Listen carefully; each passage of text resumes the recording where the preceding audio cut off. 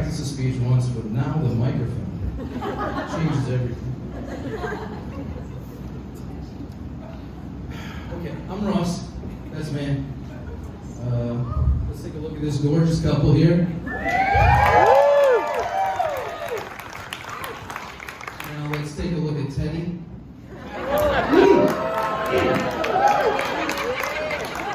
The one that got away.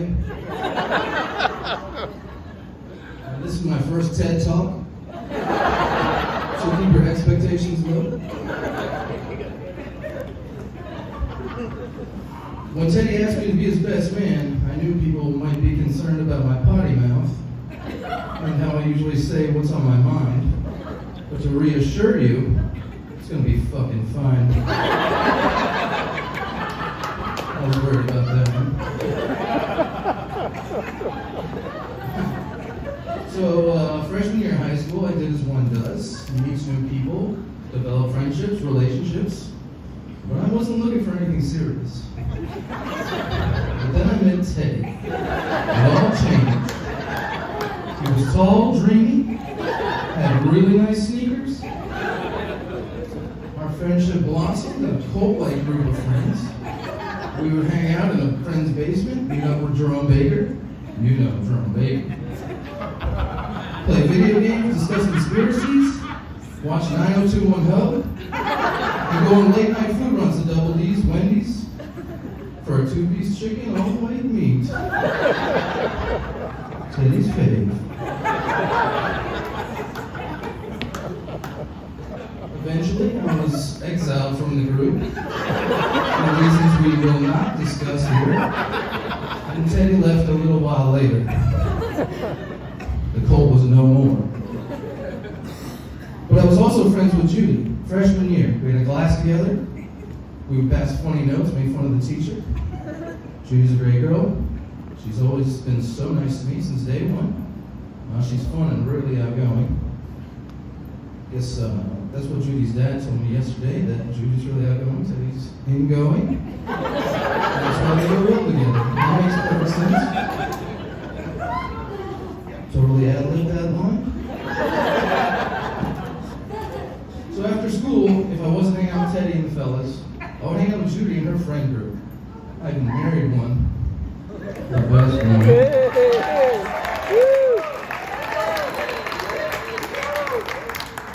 But the groups never really merged, and I don't think Teddy and Judy really spent much time together.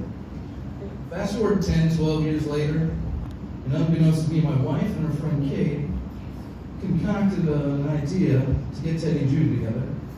Pretty sure they wimped out, so I had to step in. A couple months later, October 9th, 2015, the day before I got married, love was in the air. I looked at Judy and I said, Judy, Teddy's looking pretty good tonight. Maybe you guys should hang out. She didn't really answer, and the conversation moved along. I didn't think anything of it. But later that evening, it was a typical Florida evening. Cool 87. Humidity pressed at 95 degrees. Teddy was a sweaty, sweaty boy. And we were partying a lot. But at some point I noticed Teddy was nowhere to be found. A little while later, he snuck up to me and said, I kissed a girl. I said, was it Judy? He said, it was. I didn't know at the time, but he was smitten as a kitten. And I was happy for him. As the days passed, Teddy and Judy were hanging out more and more. Like 2015, I think Teddy had a Camry, lived in his mom's basement, worked at a middle school. So I had to keep eyes on the relationship. I knew Judy was just after him for his money.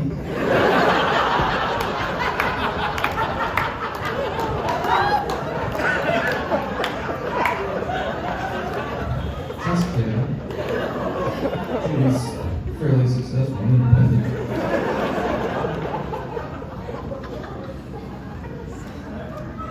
As the relationship carried on, I could feel their connection. As young adults, Teddy and I would hang out all the time, every week, every sporting event. But I wasn't seeing him as much. Judy was winning. She was the new Ross.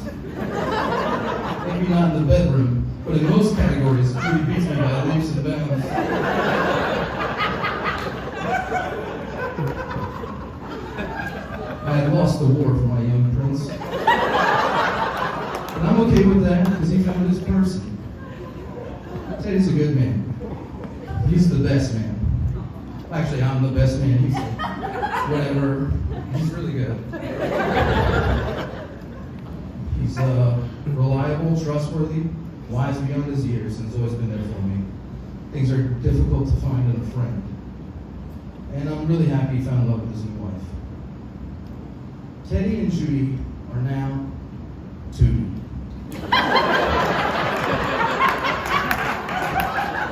And they're both really happy, and that's what matters most. So we'll raise a glass. This one here is for Tudy.